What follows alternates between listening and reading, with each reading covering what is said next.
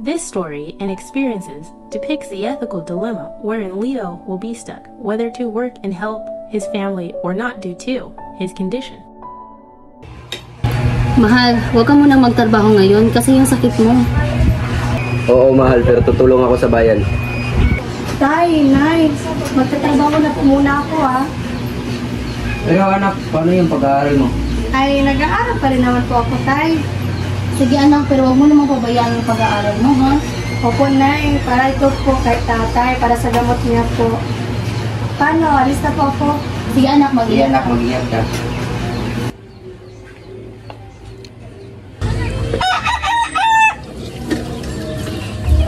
Mari, may nasaga pa pong balita. Si ano daw, buntis? Yun yung anak ni Marites? Talaga? Bigat naman ito. Uy, Panya, ako na po magbuhat yan. Sige. Salamat Talaga?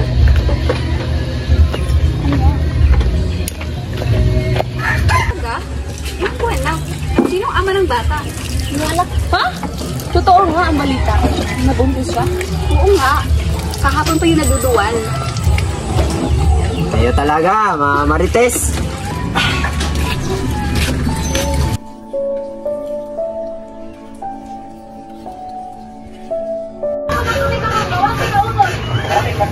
Mahal! Ano nangyari? Sabi ko na nga ba dito ka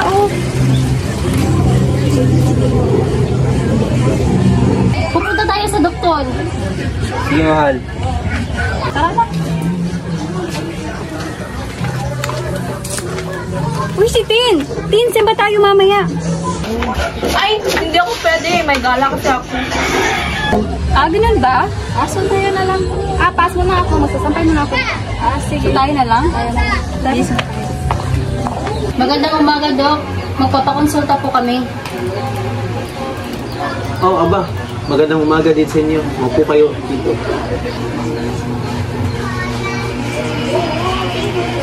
So, ano po yung problema ni Mister? Paminsan-minsan po, sumisikip yung puso niya. Okay. So, meron akong pang dito. So, lagay mo na yung kamay mo dito.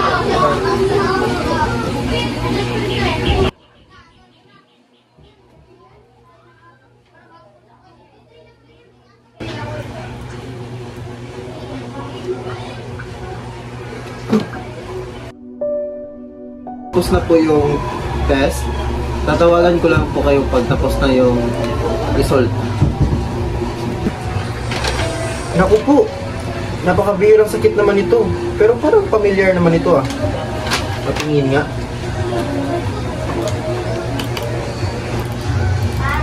Ito na nga. Ito yung genetic predisposition. Kakaiba ito sa kanyang kondisyon. Pero maaari naman itong maagapan ng early intervention. Sasabihin ko ba kaya ito sa kanila? Kasi may risk naman itong treatment na ito Pero karapatan nila ito malaman. Tatawagan mo na sila. So ito na po ma'am yung resulta ng test kanina ni Mister. Nakasaad dito na pwede pong maoperahan si Mister. Kaso lang po, may risk itong masabay. Tawagan niyo lang ako pag ready na kayong magpa-opera. Maraming salamat.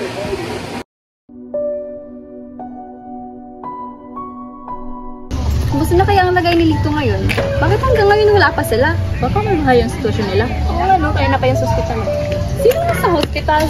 Si Lito may sakit. Isinugod siya sa hospital. Uy, andun na pala sila! Ako muna kayo. Uy, kumusta? May sakit si Lito. Kailangan namin ng pera. Tay, Nay! Kamusta po, Nay? Tara muna. Galing pa po ako sa trabaho, Nay. Kamusta po yung resulta ni tatay? Ito yung resulta, anak. Kailangan operahan ng tatay mo. Kailangan natin ng pera. Tay, sweldo ko po ngayon. Kung maliit lang po to, baka makatulong po sa operasyon kay tatay. Maraming salamat, anak. Ano man, Nay? Magaling ka, Tay.